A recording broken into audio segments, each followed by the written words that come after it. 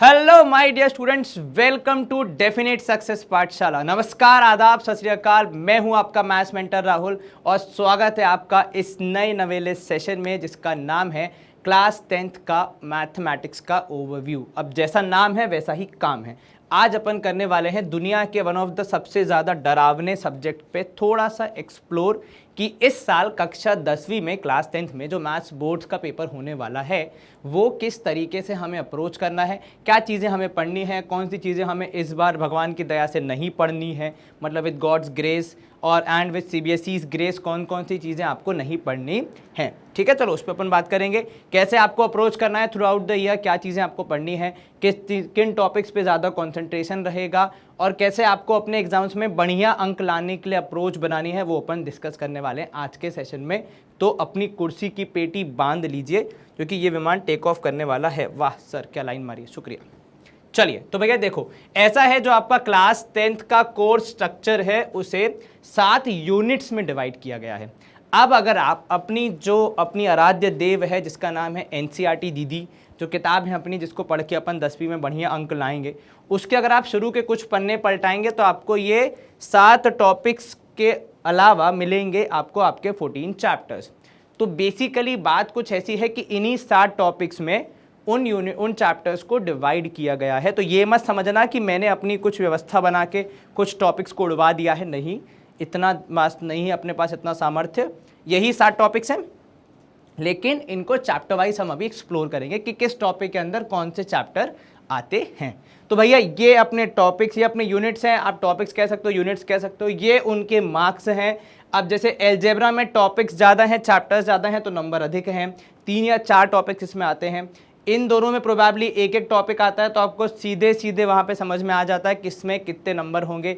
Geometry में भी कुछ ज़्यादा टॉपिक्स इन्वॉल्व हैं तो वहाँ भी नंबर थोड़े ज़्यादा हैं, कुछ तो गड़बड़ है, दया वाला सीन यहाँ पे हो रहा है। ठीक है, और ट्रिग्नोमेट्री में आपको पता है कि 2 चैप्टर हैं वो इंक्लूड होंगे। मेंसुरेशन में 10 मार्क का है, स्टैट्स एंड प्रोबेबिलिटी में 11 मार्क्स, टोटल 80 मार्क्स का आपका पेपर होगा।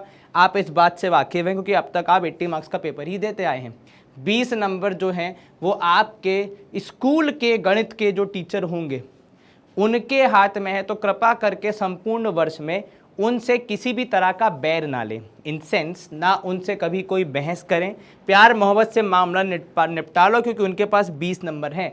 अगर आपने उनको नाराज कर दिया तो वो 20 नंबर कहाँ डकार जाएंगे आपको पता भी नहीं चलेगा, है ना। तो भैया ध्यान रखना, दुर्घटना से देर भली और सेफ्टी फर्स्ट, इस बात का ध्यान रखें। चलिए पहला टॉपिक है आपका रियल नंबर, जो कि आपका फर्स्ट चैप्टर है और ये आता है यूनिट 1 नंबर सिस्टम के अंदर, जिसके अंदर आपको मेनली 2 टॉपिक्स पढ़ने हैं। टॉपिक नंबर 1 जो है अपना वो है भैया कौन सा, फंडामेंटल थ्योरम ऑफ अर्थमेटिक।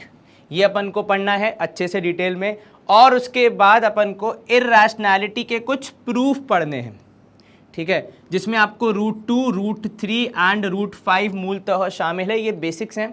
इसके अलावा √7 भी बहुत बार एग्जाम में पूछा जाता है क्योंकि प्रोसेस लगभग सेम है, तो इंसान अगर 1 या 2 का सीख जाए तो बाकी का भी कर लेता है। ये मेन टॉपिक्स आपके अंदर आते हैं यहाँ पे किस चैप्टर में, रियल नंबर में, which is the part of unit called number system. ठीक है, अब यहाँ पे आप देखो, आगे बढ़ते अपन, नेक्स्ट पे है अपना पॉलिनोमियल, जहां से हमारी नई यूनिट शुरू हो जाती है, विच मीन्स कि इफ आई गो बैक तो रियल नंबर जो इकलौता टॉपिक है, इकलौता वारिस है नंबर सिस्टम का, जिसके कि 6 अंक हैं, 6 मार्क्स हैं, तो वो पूरे के पूरे कहाँ जाएंगे, रियल नंबर्स में जाएंगे। ठीक है, अब अगर मैं आपको अपने एक्सपीरियंस से बताऊं तो प्रोबेबली यहाँ पे आपको जीवन में मतलब एग्जाम में मिलेगा एक MCQ, ठीक है, और आपको मिल सकता है एक 2 मार्क क्वेश्चन और एक 3 मार्क क्वेश्चन। टोटल अगर आप जोड़ोगे तो प्रोबेबली 6 नंबर बन जाते हैं।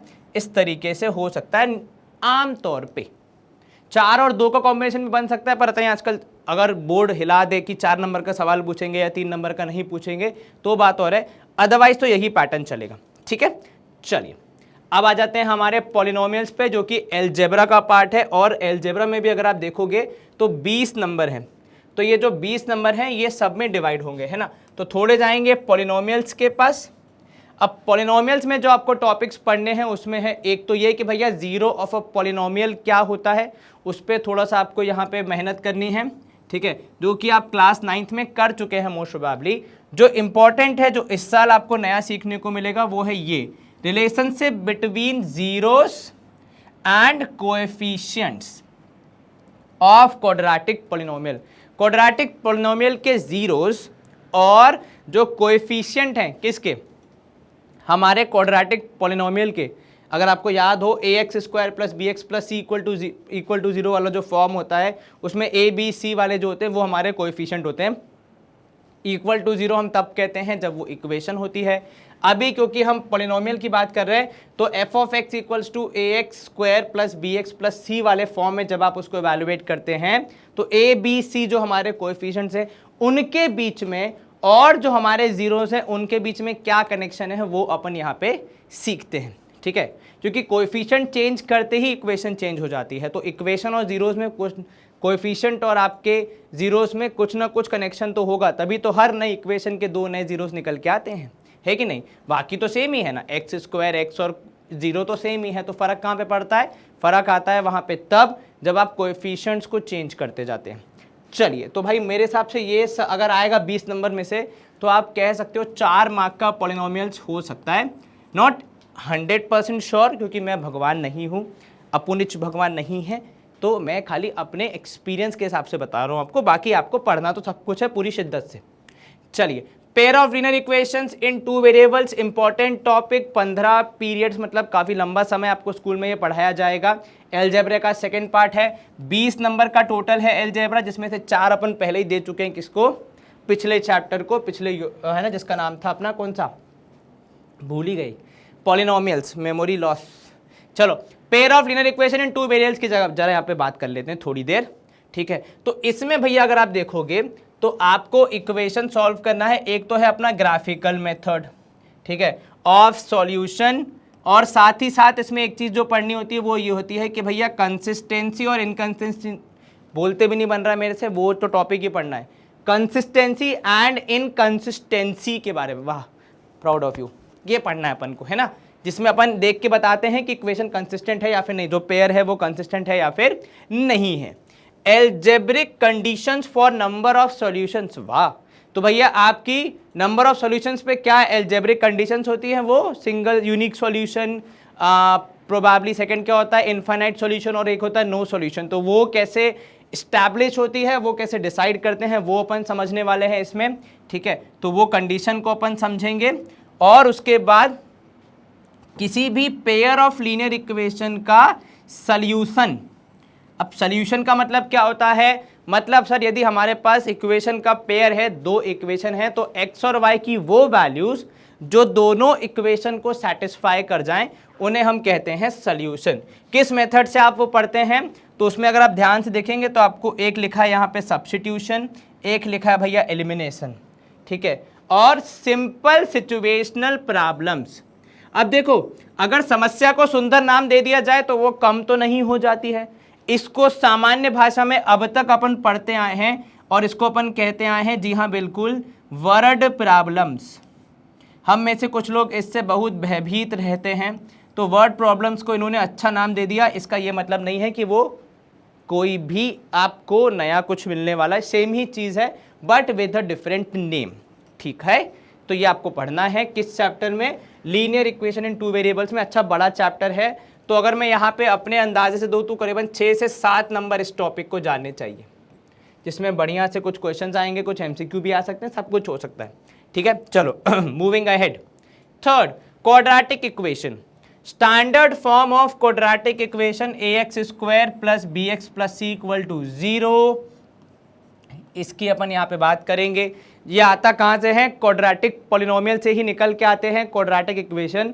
सॉल्यूशंस ऑफ क्वाड्रेटिक इक्वेशन, ठीक है, बाय फैक्टराइजेशन, आपको ये मेथड एक पढ़ना है, कौन सा, फैक्टराइजेशन का, और and by using quadratic formula. अब देखो, ये जो क्वाड्रेटिक फॉर्मूला है ना, ये आपके जीवन में बहुत इंपॉर्टेंट रोल प्ले करता है, तो इसको अच्छे से सीखना। रीजन बीइंग कि क्वाड्रेटिक पॉलिनोमियल जो है भैया, वो जो है क्वाड्रेटिक फॉर्मूला जो है भैया, वो हर इक्वेशन को सॉल्व करने का रामबाण इलाज है। मतलब अगर कछु ना है गो, कुछ नहीं हो पाया, कुछ बचो ही ना है जीवन में, संसार में इक्वेशन सॉल्व करने के लाने, तो ये वाला फॉर्मूला अपन यूज करेंगे और अपन को फटाक से झटाक से आंसर मिल जाएगा। ठीक है, बिना ऐसी आवाज निकाले भी मिल जाएगा। रिलेशन बिटवीन, अब इसी के अंदर एक होता है डिस्क्रिमिनेंट और नेचर ऑफ रूट्स। तो डिस्क्रिमिनेंट की सहायता से हम रूट्स का नेचर बता सकते हैं, ठीक है। फिर से आगे भैया सिचुएशनल प्रॉब्लम्स, जिनको हम अब तक सामान्य भाषा में क्या कहते आए हैं, word problems on quadratic equations related to day activities to be incorporated, मतलब ये भी आपसे पूछी जा सकती हैं, ठीक है। तो ध्यान रखिएगा आप इन सारी बातों का। तो देखो ये भी इंपॉर्टेंट चैप्टर है, मेरे हिसाब से ये करीब करीब 5 नंबर का आ सकता है। तो मैंने 4 नंबर दिए थे आपके पॉलिनोमियल्स को, 6 या 7 नंबर में 7 लेता हूं नंबर, 7 नंबर दिए थे हमने किसको, लीनियर इक्वेशन इन 2 वेरिएबल्स को, और 5 नंबर यहाँ, ठीक है। इस तरीके से आप यहाँ पे डिवाइड कर सकते हैं। लास्ट आ जाता है एपी, मोटा माटी इसमें भी अगर आप मानोगे तो 7 4 11 5 नंबर का ये भी मान लो। सर ये तो 21 हो गया, आपकी गणित कमजोर है क्या? मतलब भाई देखो एग्जैक्ट तो मैं बोल नहीं सकता ना, क्योंकि ये ऐसी चीज़ है जो कि फ्लक्चुएट होती रहती है। तो अगर आप मेरे से बोलोगे एग्जैक्ट वैल्यू दे दो तो शायद मुश्किल हो जाएगा। तो probably what I would say is a range 4 to 5 marks का। ये same happens with 4 to 5 marks का next previous topic, then again similarly happens for all of those, ठीक है। Motivation for studying arithmetic progression, देखिए अब AP जो है बहुत ही सुंदर टॉपिक है, क्योंकि ये आपको बहुत आगे काम आता है लाइफ में। मतलब आज सीखोगे पर आगे लाइफ में ये जो पैटर्न्स वाला जो पूरे क्वेश्चंस होते हैं, या जब आपको पैटर्न्स कहीं समझने होते हैं, तो एपी का अगर आपके बेसिक स्ट्रांग होंगे ना, तो आप दूसरे पैटर्न्स को भी इजीली इवैल्यूएट कर पाते हैं, ठीक है। इसमें एक इंपॉर्टेंट चीज़ आती है, वो है nth टर्म निकालना किसी भी एपी की, ठीक है। फिर एक और चीज़ जो आती है वो आती है सम ऑफ फर्स्ट n टर्म्स, जो कि आपको यूज़ करना है, सॉल्व करना है, एंड देयर एप्लीकेशन, उनका एप्लीकेशन, उनका उपयोग किस चीज़ में, सॉल्व करने में डेली लाइफ प्रॉब्लम्स, रोज़मर्रा की ज़िंदगी की तकलीफ़ें। अब आप ये मत कहना कि सर हमारी ज़िंदगी की तकलीफ़ें एपी कैसे सॉल्व करेगा, इनका मतलब है ये जो सवाल देंगे वो, ठीक है। अपने जीवन के सवाल मत लेके आ जाना कि सर हमें एक समस्या है जीवन में, उसका समाधान बता दीजिए, तो वो नहीं बता पाएंगे भैया, हम एपी तक ही बता पाएंगे, ठीक है। चलिए आगे बढ़े, नेक्स्ट टॉपिक को ध्यान दें अपन फटाफट। देन है आपका कोऑर्डिनेट ज्योमेट्री, इंपॉर्टेंट है ये पूरा खुद में एक यूनिट है, और इसके अगर अंकों की अपन बात करें तो कितने थे भैया, एक मिनट पीछे आ जाओ थोड़ा सा। कोऑर्डिनेट ज्योमेट्री था 6 अंक, तो 6 मार्क का ये पूरा टॉपिक आप कह सकते हो। यहाँ पे है 6 मार्क्स का पूरा एक चैप्टर है डेडिकेटेड, ठीक है। अब इसमें देखो रिव्यू आपको क्या करना है, कुछ कोऑर्डिनेट ज्योमेट्री के बेसिक कॉन्सेप्ट जो कि आपने पिछले क्लासेस में पढ़े हैं। ग्राफ ऑफ लीनियर इक्वेशंस ये भी आप पहले पढ़ चुके हो, कुछ नया नहीं है। जो नया है वो है आपका distance formula and section formula, जिसमें आप इंटरनल डिवीजन को ही कॉन्सेंट्रेट करते हैं, एक्सटर्नल डिवीजन फिलहाल आपको नहीं लर्न करना है, ठीक है। इसमें पहले एक और हुआ करता था हमारा मित्र, जिसमें था एरिया ऑफ ट्रायंगल, पर अफसोस वो अब हमारे बीच सिलेबस में नहीं रहा, थोड़े दुख की बात, लेकिन कोई बात नहीं, इंपॉर्टेंट टॉपिक था, पढ़ना चाहिए था इसीलिए। चलिए लेकिन वो कोई बात नहीं, आपके लिए तो फ़ायदा ही है। लेकिन ये दोनों इंपॉर्टेंट टॉपिक है, 6 नंबर का सवाल इसमें से आ सकता है। और सेक्शन फॉर्मूला के अंदर ही एक आ जाता है मिड पॉइंट फॉर्मूला, ठीक है, वो आपको यहाँ पे पढ़ना पड़ेगा। कौन सा भैया, mid point formula, mid point formula. And ऐसा नहीं कि सिर्फ सीधा सवाल आ जाएगा और फॉर्मूला लगा दो ना, थोड़ा सा घुमा के आएगा, तो आपका application of the concept should be always prepared, ठीक है। चाहे कोई सा भी टॉपिक हो गणित में, आजकल कोई भी सवाल सीधे नहीं आता है भैया, उसमें 2-3 चीज़ें पूछी जाती हैं। ज्योमेट्री 15 नंबर का आता है चैप्टर, जिसमें 2-3 शामिल हैं, ठीक है। एक अपना है ट्रायंगल, जिसमें आपको क्या पढ़ना है, जिसमें आपको मेनली जो समझना है वो ये एक ये सिमिलर ट्रायंगल्स का कॉन्सेप्ट, जिसमें आपको ट्रायंगल्स सिमिलर प्रूफ करने पड़ते हैं, और फिर कुछ दी गई चीज़ों को भी साबित करना पड़ता है, which goes in a proper flow, कि पहले आप ट्रायंगल्स में देखेंगे कौन किसके बराबर है, कैसे हम उन दोनों को सिमिलर प्रूफ कर पाएंगे, कुछ नियम कायदे कानून हैं, जैसे हमारे पास क्राइटेरिया फॉर, क्या कहते हैं उसको अपन अंग्रेजी में, हाँ कॉन्ग्रुएंसी था, वैसे ही क्राइटेरिया फॉर सिमिलैरिटी भी होता है। एक इंपॉर्टेंट प्रूफ है जो कि यहाँ पे साफ साफ लिखा है, और ये तो ऐसा है भैया कि आप इसको जितना जल्दी अच्छे से समझ लें, याद कर लें और अच्छे से अपने जीवन में उतार लें, उतना बेहतर है, क्योंकि ये एक इंपॉर्टेंट प्रूफ है जो कि आपको आता ही आता है, मतलब लगभग हर साल रिपीट होते ही आया है, क्योंकि एक दो ही हैं जो कि अब आते हैं, तो फिर सीबीएसई उनको पूछने से जरा भी हिचकिचाती नहीं है। ठीक है, अब इसमें भैया देखो प्रूफ, जिसको अपन कुछ लोग कहते हैं बेसिक प्रोपोर्शनैलिटी थ्योरम, बीपीटी। ठीक है, कुछ लोग इसको और भी नाम से जानते हैं, बहुत सारे नाम हैं इसके, थेल्स थ्योरम भी बोलते हैं कुछ लोग, तो 2-3 नाम है अपने। और यहाँ पे आपको अगर स्टेटमेंट में बताऊँ तो पढ़ लोगे आप आराम से, लेकिन समझने वाली बात जो है वो अपन जब चैप्टर को कवर करेंगे तब डिटेल में इस टॉपिक को कवर करके एक बढ़िया से अपन पूरी अंडरस्टैंडिंग डेवलप करने की कोशिश करेंगे। देन देखो यहाँ पे लिखा है मोटिवेट। अब सर इन दोनों में फ़र्क क्या है? देखो जो बेसिक फ़र्क आपको यहाँ पे समझ में आना चाहिए कि प्रूफ लिखा है मतलब इसका प्रूफ एग्जाम में पूछा जा सकता है, कंपलसरी नहीं है पर हाँ पूछ सकते हैं, ऐसी वाली बात है। और मोटिवेट में ऐसा होता है कि व्यक्ति को पता होना चाहिए और उसका एप्लीकेशन आना चाहिए, मतलब उस पर बेस्ड अगर कोई सवाल आपको पूछ लिया जाएगा पेपर में तो वो आपको पता होना चाहिए। आपको प्रूफ करने को एग्जाम में ये आएगा, ऐसा वहां नहीं लिखा है। पर जहां प्रूफ लिखा है मतलब इस थ्योरम का प्रूफ आपके एग्जाम में आ सकता है, इसका प्रूफ नहीं ही आएगा, लेकिन हाँ इसको कॉन्सेप्ट पता होना और उस पर बेस्ड क्वेश्चंस बिल्कुल आ सकते हैं, ऐसा वहां पे उनका मीनिंग है मोटिवेट शब्द का। ठीक है, देन आपकी कुछ और थ्योरम्स हैं कि यदि 2 ट्राइंगल्स हैं तो उनको हम जब सिमिलर प्रूफ करेंगे तो किस रूल के तहत करेंगे, किस थ्योरम का इस्तेमाल करके करेंगे। फिर से मोटिवेट लिखा है मतलब आपको आना चाहिए यूज इसका कॉन्सेप्चुअल अंडरस्टैंडिंग, कॉन्सेप्चुअल क्लैरिटी होनी चाहिए आपके पास, और अगर कोई सवाल आता है इस पे बेस्ड तो आप सॉल्व कर पाने में सक्षम होना चाहिए। सेम हैपन्स विद दिस, ये भी वही बात है, मोटिवेट करना मतलब ये वाली थ्योरम इस्तेमाल करना ना आपको आना चाहिए। यहाँ भी तीसरी थ्योरम, कुल मिला के 5 में से 1 प्रूव है और बाकी 3 आपको यूज करने आनी चाहिए। और ये सब ट्राइंगल्स में जो पूरा चैप्टर है वो इन्हीं पे बेस्ड है, तो कुछ अलग नहीं पढ़ना है आपको, ये थ्योरम पढ़नी है, फिर इन पे बेस्ड एक्सरसाइज है उनको सॉल्व करनी है और आपकी लर्निंग डेवलप हो जाएगी, ऐसा मुझे विश्वास है। ठीक है, चलो देन आ जाओ ज्योमेट्री में सेकेंड टॉपिक सर्कल्स। ठीक है भैया देखो जीवन चक्र है, जब तक चलोगे तब तक आपको इनसे दूर नहीं जा सकते आप, आपको ये पढ़ने ही पड़ेंगे। तो सर्कल्स में अपन को बेसिकली जो इस बार पढ़ना है वो है टेंजेंट और ये अपना उसके आसपास की चीज़ें। अब यहाँ भी देखो 2 जगह लिखा है प्रूफ, और मैं ईमानदारी से बता रहा हूँ अगर ये एग्जाम में प्रूफ आ गया तो आप थोड़ी देर के लिए तो नाच ही बैठेंगे, मतलब बल्ले बल्ले हो ही जाएगा आपका। रीज़न बीइंग ये दोनों प्रूफ बहुत इजी हैं, इतना कुछ ज़्यादा मुश्किल वाली बात नहीं है इसमें। हाँ पिछले वाले में जो अपन ट्राइंगल्स का देख रहे थे वहाँ थोड़ी समस्या व्यक्ति को आती है इनिशियली, पर एक बार वो भी प्रैक्टिस कर लेगा तो कोई दिक्कत नहीं आएगी। पर इनमें आपको कोई दिक्कत कहीं से कहीं तक नहीं आनी है, बहुत ही ईजिली इनका प्रूफ हो जाता है और बहुत ही ईजिली इन पे बेस्ड क्वेश्चन आप सॉल्व कर पाते हैं। तो जो 10वीं का सर्कल्स है वो अगर मैं आपसे कहूँ तो आसान है इन कंपैरिजन टू पिछली क्लास में 9th में जो आपने सर्कल्स पढ़ा है उससे। ठीक है, तो इतना कोई डरने वाली बात नहीं है इसमें। अब ये 2 टॉपिक्स अगर हम देखें यहाँ पे, अगर हम डिवाइड करना चाहें 15 मार्क्स में, हाँ तो देखो 2 टॉपिक्स हैं तो 15 में से मोटा माटी मान लो 10 नंबर का या 10 से 12 नंबर का तो ट्राइंगल था जाएगा। 10 नंबर मान लो ट्राइंगल्स को अपन दे देते हैं और करीब करीब 15 नंबर के आपके 5 नंबर का माफ कीजिएगा सर्कल्स में से पूछा जा सकता है, 15 नंबर आपके कवर हो गए। ठीक है, और ईमानदारी से ये 5 नंबर तो मतलब ऐसा होगा कि परोस दिए जाएंगे, लो बेटा ले लो, बस अच्छे से पढ़ के जाना, बाकी कोई दिक्कत वाली बात नहीं है। चलो देन आ जाओ ट्रिग्नोमेट्री पे, इसके भी करीब 10 से 15 नंबर थे यदि मैं गलत नहीं हो तो इसमें आपको ट्रिग्नोमेट्रिक रेशियोज पढ़ने हैं। पहली बार आप जीवन में इस पर्टिकुलर टॉपिक को एक्सप्लोर करेंगे। This would be your first hand experience of learning trigonometry, है ना। तो बहुत ध्यान से पढ़ना, बहुत बेसिक से शुरू करना, बहुत ज़्यादा तेज़ चलने की ज़रूरत नहीं है, क्योंकि तेज़ जब आप चलते हैं तो बहुत बार कुछ बेसिक कॉन्सेप्ट अपने मिस हो जाते हैं। तो take a good time to learn it, understand it, then move ahead.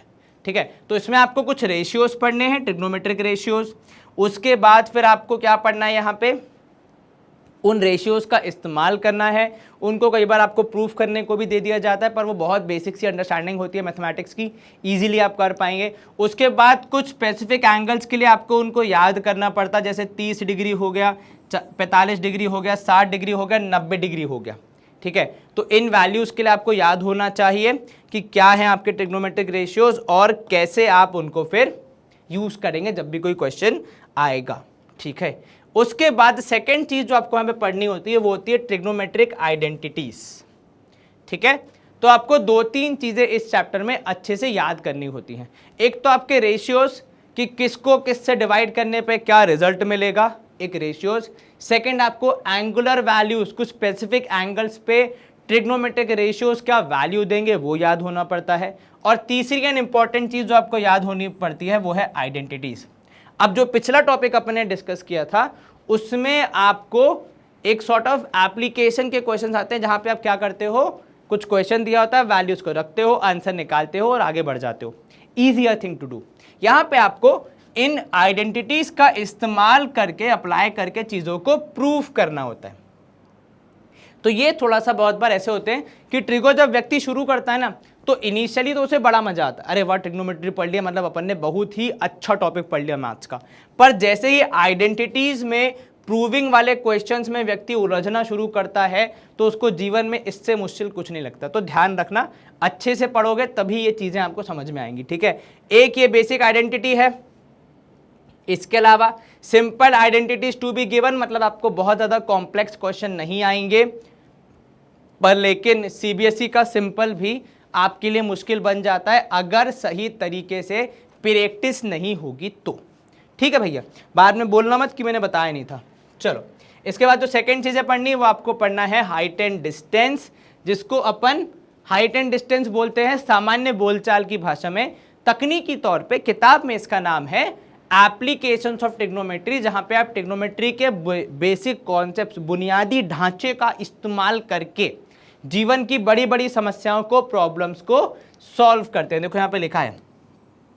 और मैं एक चीज पहले से बता दूं, ये भले ही बार बार सीबीएसई ने आपके यहाँ पे सिंपल सिंपल लिख के रखा है, पर इनका सिंपल कुछ नहीं होता है, ठीक है। जैसे दुनिया में कुछ भी स्ट्रेट फॉरवर्ड नहीं होता, वैसे यहाँ पे भी कुछ भी सिंपल नहीं होता है, ठीक है भैया।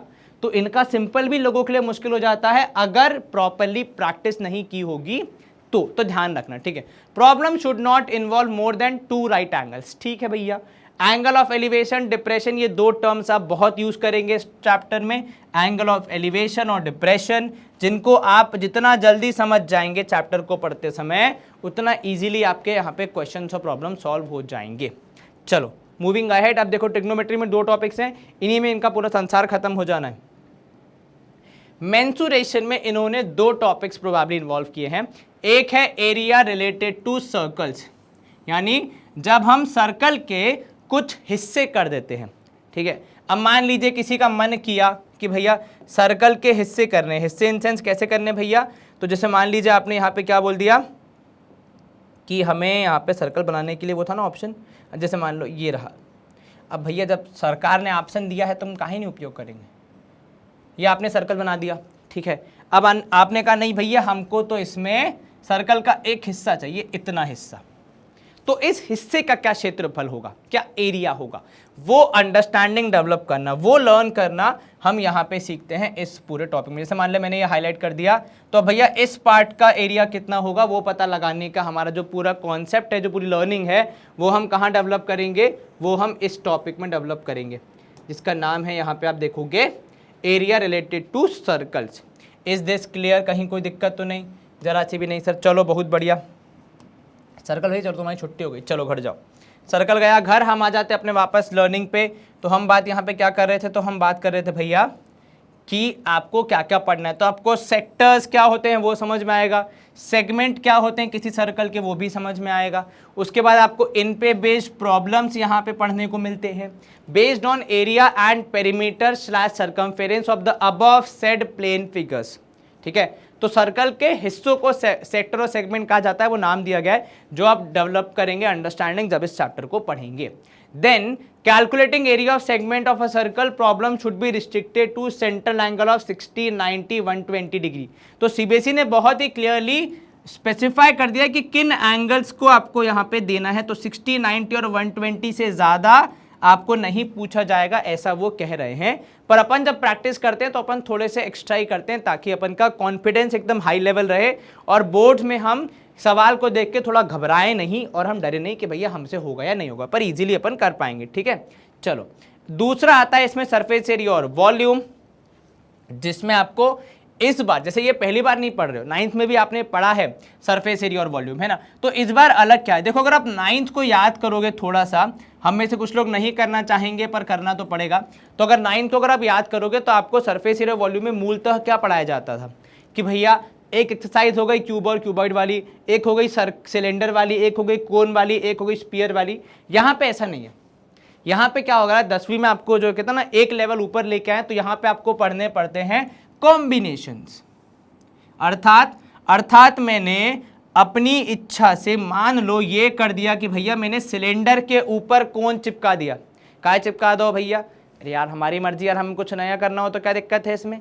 तो आपने सिलेंडर के ऊपर कोन चिपका दिया पर वॉल्यूम निकालने को हमको दे दिया। तो इस तरीके के कॉम्बिनेशन, क्या आपने स्फीयर को बीच में से काट के उसके ऊपर आपने क्यूब रख दिया, या आपने क्यूबॉइड के अंदर से एक हेमिस्फेरिकल शेप का कोई एक कह सकते हो आपकी वो बाहर निकाल लिया आपने कोई शेप। तो इस तरीके के कॉम्बिनेशन जहाँ पे आपको 2 या 2 से ज़्यादा 3D फिगर, जैसे क्यूब क्यूबॉइड का कॉम्बिनेशन हो सकता है, कोन सिलेंडर का हो सकता है, किसी का भी हो सकता है, वो देखने को मिलते हैं। और फिर उनका सरफेस एरिया और वॉल्यूम निकालने का चुनौतीपूर्ण कार्य आपको दिया जाएगा, पर डरने की चिंता की बात कोई है नहीं, ठीक है। चलो ध्यान रखना, अच्छे से पढ़ोगे तो इसमें सिर्फ फॉर्मूला अप्लाई करना है, बस अंडरस्टैंडिंग यही डेवलप करनी होती है, कौन किसके ऊपर है, कैसे उनकी डायमेंशंस का पता लगा जाएगा और कैसे फिर कैलकुलेशन होगा, कौन सा वाला पार्ट इंक्लूड होगा, कब सरफेस एरिया लेना है, कब कर्व लिखना है, कब टोटल लेना है, कब कर्व्ड विद बॉटम लेना है और साथ में किसी और का ऐड करना है, वो सारी बातें अपन यहाँ पे सीखेंगे। Last but not the least comes the unit 7 which is stats and probability. 2 topics हैं इसमें, ज़्यादा कुछ डिटेल में अपन को यहाँ पे ऐसा है नहीं कि जो हमें समस्या क्रिएट करेगा, बहुत ही स्कोरिंग टॉपिक्स हो जाते हैं। स्टैट्स में आपको पढ़ना है, जिसको फुल नेम जिसका स्टैटिस्टिक्स है, पर प्यार से इसको घर वाले स्टैट्स बुलाते हैं तो हमने भी वही नाम रख लिया है। तो आपको पढ़ना है भैया मीन, मीडियन और मोड, किसका, ग्रुप्ड डेटा का, ठीक है, जिसमें आपको bimodal situation to be avoided लीजिए, मतलब 2 मोड आ जाएं ऐसी वाली सिचुएशन अवॉइड करने को कहा गया है सीबीएसई द्वारा। अब इसमें आपको क्या करना है, तो आपको कुछ नहीं करना है, सीबीएसई या फिर जब आपका पेपर जो सेट होगा, वो जो पेपर सेट करने वाला व्यक्ति होगा वो ऐसे क्वेश्चन नहीं देगा जहां पे गलती से भी 2 मोड आ रहे हो। वैसे कुछ खास फर्क पड़ने वाला है नहीं इस इन्फॉर्मेशन से, पर लिखी है तो हमने आपको बता दिया, ठीक है, ताकि कल को ये ना बोलो कि हम आपसे कुछ छुपा रहे थे। चलो सेकंड है आपका प्रोबेबिलिटी, इसी के अंदर जिसमें आपको क्या करना है, आपको जो प्रोबेबिलिटी की क्लासिक डेफिनेशन है, मतलब जिसको आमतौर पे हर व्यक्ति को पता होना चाहिए, जिसका एप्लीकेशन आप देखते हैं, वो आपको यहाँ पे सिखाई जाएगी। उसके बाद फिर आपको यहाँ पे उस पे बेस्ड कुछ सिंपल प्रॉब्लम्स, जैसे अगर आप प्रीवियस क्लासेस की बात करोगे ना, तो उसमें कैसा था कि आपको डेटा दे दिया कि मान लो कॉइन टॉस करने पे आपका 100 में से 60 बार आया हेड्स, 40 बार आया है टेल्स, तो बताओ हेड्स आने की क्या प्रोबेबिलिटी है। तो उस डेटा के बेसिस पे अब आप आंसर देते थे, पर यहाँ पे आपको वो डेटा नहीं दिया जाएगा, आपको इन जनरल सिनेरियो दे दिया जाएगा और फिर आपको अपने ही इमेजिनेशन का, अपने ही पूरे कॉन्सेप्ट का इस्तेमाल करके प्रोबेबिलिटी बतानी है, ठीक है। इस बात का विशेष ध्यान रखना, इसमें कुछ ज़्यादा कंफ्यूजन होगा नहीं, इस बात की मैं पूरी श्योरिटी ले सकता हूँ। अब देखो ये तो होगा अपने टॉपिक्स का डिटेल्ड, आप कह सकते हो पोस्टमार्टम मैंने यहाँ पे ऑलमोस्ट कर दिया। अब अपन आ जाते हैं कि भैया सीबीएसई ने और क्या जानकारी दी है आपके लिए, कि आप जब स्टार्ट करेंगे पढ़ाई तो आपको किन चीज़ों का ध्यान रखना है। सवाल आपके कैसे आएंगे, टोपोलॉजी ऑफ द क्वेश्चन, मतलब किस टाइप के क्वेश्चन पूछे जाएंगे। तो कुछ क्वेश्चन आपके होंगे जहां पे आपको चीज़ों को रिमेंबरिंग, मतलब आपको यहाँ पे चीज़ें याद होनी चाहिए, ऐसे क्वेश्चन आपके मेमोरी बेस्ड, वो क्वेश्चंस यहाँ पे आपसे पूछे जाएंगे, ठीक है। तो कुछ रिमेंबरिंग वाले होंगे जहाँ पे आपको चीज़ें याद होनी चाहिए, ठीक है, जिसमें यूजुअली आपको क्या करना होता है, कुछ जो बेसिक कॉन्सेप्ट हो, जैसे कोई आपसे पूछ ले कि भैया बता दो साइन 30 की वैल्यू क्या होती है, ऐसा कोई सवाल आ जाए या ऐसे पे बेस, तो यहाँ पे आपको रिमेंबर करना पड़ेगा, वैल्यूज याद होंगी तो ही सॉल्व कर पाओगे, तो वैसा वाला सिनेरियो। देन अंडरस्टैंडिंग, जहाँ पे आपकी बेसिक अंडरस्टैंडिंग के बेसिस पे क्वेश्चन पूछे जाएंगे, जहाँ पे आपको चीज़ें अप्लाई करनी है, नॉलेज अप्लाई करनी है, जैसे थ्योरम्स को यूज़ करके प्रूव करना हो गया कोई चीज़, ठीक है, या फिर आइडेंटिटीज़ को इस्तेमाल करके प्रूव करना हो गया, वो सब इस कैटेगरी में आता है। देन आपके एनालिसिस के कुछ क्वेश्चन होंगे, कुछ होंगे इवैल्यूएशन के, और फिर कुछ होंगे यहाँ पे कुछ क्रिएट करने के। जैसे फॉर एग्जाम्पल आपको डेटा दे दिया, अब आपको उसका मीन मीडियन मोड निकालना है, तो आप कुछ नई चीज़ें कर रहे हो वहाँ पे, ठीक है। उस तरीके के सवाल आपसे यहाँ पे पूछे जाएंगे। खैर इनका कोई ज़्यादा खास महत्व बनता नहीं है आपके लिए एज अ स्टूडेंट। आपको सिर्फ क्या करना है, क्वेश्चंस को और कॉन्सेप्ट को ज़्यादा से ज़्यादा प्रैक्टिस करना है। लेकिन हाँ, ये चीज़ें थोड़ी पता हो तो आपको एक थोड़ा सा अच्छा महसूस होता है, ठीक है। देन आपके जो 20 मार्क्स हैं उनको कैसे यहाँ पे वो किया गया है, डिस्ट्रीब्यूट किया गया है, वो ज़रा देख लेते हैं। पेन पेपर टेस्ट आपके होंगे एग्जाम से पहले। जो टीचर्स लेते हैं अपने इंटरनल असेसमेंट जिसे अपन कहते हैं, उनको 10 मार्क्स में से किया जाएगा एवेल्युएट। मतलब मान लीजिए आपके साल भर में 50 टेस्ट हुए, सॉरी 50 नंबर के टेस्ट हुए, 50 टेस्ट ही माफ करना, इतने में तो मैं ही गिर पड़ूंगा चक्कर खा के, तुम कहाँ से वो करोगे उसको डाइजेस्ट। तो 50 नंबर के टेस्ट हुए अपने साल भर में, उस 50 के नंबर के टेस्ट को 10 नंबर में क्या किया जाएगा, वो किया जाएगा, अपन कह सकते हैं कंपेयर किया जाएगा कि अगर 50 में से 40 आ रहे हैं तो 10 में से कितने आने चाहिए, 8 मान लो मोटा माटी, तो वैसा कुछ आपको नंबर दिए जाएंगे। देन आपके पोर्टफोलियो जो कि आपके टीचर्स बनवाएंगे आपसे आपकी क्लासेस में एक्टिविटीज़ के माध्यम से। देन लैब प्रैक्टिकल जो भी वो करवाएंगे, ये पूरा सब टीचर्स के हाथ में होता है। इसमें सीबीएसई बहुत ज़्यादा कहते हैं ना माइक्रो मैनेज करने की कोशिश नहीं करता है। जो भी एक्टिविटीज़, जो भी लैब प्रैक्टिकल टीचर्स करवाना चाहें उनको वो यहाँ पे बोलता है कि भैया करवाओ, बच्चों को नई चीज़ सिखाओ, और फिर अगर सही से कर रहे हैं तो फिर नंबर दो। अब आपको भी पता है 2 टाइप के पेपर आते हैं, एक बेसिक और दूसरा स्टैंडर्ड। तो बेसिक में इन टॉपिक्स पे ज़्यादा फोकस होता है, इसलिए वो कहते हैं कि आप थोड़ा सा इजी हो जाता है, क्योंकि यहाँ पे अगर आप देखोगे तो 60 मार्क आपके जो होंगे वो रिमेंबरिंग और अंडरस्टैंडिंग पे होंगे। मतलब अगर आपने बुनियादी चीज़ें समझ ली, बुनियादी चीज़ें याद कर ली, वैल्यूज़ याद कर लिए, कुछ कॉन्सेप्ट्स को लर्न कर लिया, जैसे आपने मान लीजिए मीन मीडियन मोड का फॉर्मूला आपको याद है, सिंपल एप्लीकेशन अगर आप करना सीख गए हैं उसका, तो फिर आपके नंबर अच्छे खासे आ सकते हैं। इसलिए बेसिक में स्कोर बच्चों का अच्छा होता है थोड़ा सा, क्योंकि पेपर वहाँ पे in terms of level of difficulty थोड़ा सा ईजी बनाया जाता है। सीबीएसई ने ऐसा अब अपन को 2 पेपर्स वाला सिस्टम कर ही दिया है।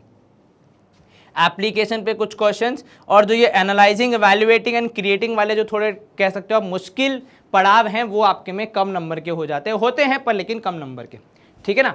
चलिए इन पे खैर ज़्यादा ध्यान आपको देना नहीं, आपको तो पूरी पढ़ाई करनी है। अब इनके लिए भी जो 20 मार्क है टीचर के, वो सेम ही रखे हैं, that is pen paper test और इंटरनल असेसमेंट। अब उनका लेवल वो तो टीचर डिसाइड करते हैं। बहुत जगह स्कूलों में स्टैंडर्ड और बेसिक का पेपर सेम होता है, मतलब जब अब इंटरनल असेसमेंट होते हैं तब। बहुत जगह पे अलग अलग होता है depending from teacher to teacher. Then portfolio के यहाँ पे 5 मार्क्स और लैब प्रैक्टिकल के 5 नंबर, ये भी फिर से टीचर के हाथ में। तो कृपा करके मेरी विनम्र विनती है आपसे भैया, निमती विनती जो भी अपन कहते हैं, कि 20 नंबर कृपया अपने ऐसे रखें कि मतलब टीचर से बिल्कुल भी बहस नहीं करनी है, उनको कभी भी कुछ भी ऐसी बात नहीं करनी जिससे उनका दिल टूट जाए, उनको ऐसा मतलब उदास हो जाए वो, ठीक है। खुश रहिए, टीचर को भी खुश रखिए, बदतमीजी ना करिएगा, प्रभु मतलब चिंता है आपको हमारी, हमको आपकी एक ही बात है, ठीक है। चलो अब बुक्स कौन कौन सी पढ़नी है, तो भैया कक्षा 10वीं की आपकी गणित की किताब आपको पढ़नी ही पढ़नी है, तो कोई कहने वाली बात है। 9वीं की भी किताब आपको थोड़ी अच्छे से पता होनी चाहिए, क्योंकि 9वीं के 9th के बहुत सारे कॉन्सेप्ट्स, बहुत सारे टॉपिक्स यहाँ पे 10th में यूज़ होते हैं। दे आर द फाउंडेशन बिलॉक्स, मतलब बुनियादी ढांचा जो है अपना, वो यही किताब होती है। 9th की मैथ्स जिसकी अच्छी हो गई, उसकी 10th की 80% मैथ्स अच्छी हो जाती है। वो कॉन्फिडेंस के बेसिस पे इंसान आगे बढ़ जाता है, ठीक है। देन आपकी जो लेबोरेटरी वाली किताब है वो 9वीं और 10वीं की, वो भी ये आपको तो स्कूल से मिली होगी, तो इसका अपन के पास कम उपयोग है, अपने पास कुछ ज़्यादा है नहीं। वो लैब प्रैक्टिकल जो टीचर करवाएंगे वो आपको करने हैं और बढ़िया अंक अर्जित करने हैं। देन आपको एग्जाम्पलर किताब का भी यहाँ पे वर्णन है, तो वो भी अगर आप पढ़ने का समय निकाल पाएँ along with many other things that you have to do, तो वो बहुत अच्छा होगा आपके लिए, बहुत बेनिफिशियल हो जाएगा वो वाला पार्ट, ठीक है। चलिए, और इसी के साथ हम आ गए हैं आज के सेशन के अंत की तरफ। लेकिन सेशन एंड करने से पहले कुछ इंपॉर्टेंट चीज़ें जो कि आपको पता होनी चाहिए, 2 मिनट की बात है, बस पूरी सुन के जाना। देखो, एक तो ये कि भैया जो आपका डेफिनेट सक्सेस पाठशाला है, India's most trusted online platform है for class 9 to 12th, and a big thanks goes to all you guys. Because आप लोग जितने अच्छे से हमें सुनते हैं, जितने अच्छे से हमसे पढ़ते हैं और अपने फ्रेंड्स एंड फैमिली में हमारे पढ़ाए हुए लेक्चर्स को, सेशंस को शेयर करते हैं, उसी वजह से हम one of the most trusted brands बन पाए हैं। लेकिन हमारे फीचर्स क्या हैं? क्यों हम लोग ये कहते हैं कि हम मोस्ट ट्रस्टेड ब्रांड है? क्योंकि हमारे पास ऑनलाइन क्लासेस हैं, लाइव क्लासेस आपको यहाँ पे मिल जाती है, देन आपको DPP शीट्स प्रोवाइड कराई जाती हैं, हैंड रिटन नोट्स मिल जाते हैं, स्टडी मटेरियल मिल जाता है। इन सारी चीज़ों को अगर आप यहाँ पे एक्सेस करना चाहते हैं तो हमारा टेलीग्राम चैनल है जिस पे आपको रेगुलर अपडेट्स मिलते रहेंगे, जिसका लिंक डिस्क्रिप्शन बॉक्स में दिया हुआ है, तो उसको आप ज्वाइन कर लीजिए। बहुत अच्छे से वहाँ पे आपको इन्फॉर्मेशन मिल जाएगी। और साथ ही साथ हमारे सारे सेशंस को लाइक करना मत भूलना, शेयर ज़रूर करना अपने फ्रेंड्स एंड फैमिली के बीच, क्योंकि आप जब शेयर करेंगे तभी हम ज़्यादा लोगों तक पहुँच पाएंगे और हमारा जो विजन है उसको क्या कर पाएंगे, अचीव कर पाएंगे। देन सब्सक्राइब करना मत भूलना, क्योंकि नोटिफिकेशन नहीं आएंगे तो पता भी नहीं चलेगा हम कब आए और हम कब चले गए, तो फिर दुख होगा ना हमें भी और आपको भी। तो बेहतर है सब्सक्राइब करके बेल आइकन दबा देना। And in case you want to have a contact with us, तो हमारा ये व्हाट्सएप नंबर है, ये हमारा कॉलिंग नंबर है, आप हमसे कॉन्टैक्ट कर सकते हैं एज एंड व्हेन रिक्वायर्ड। ठीक है भैया, तो आज के लिए इतना काफ़ी है।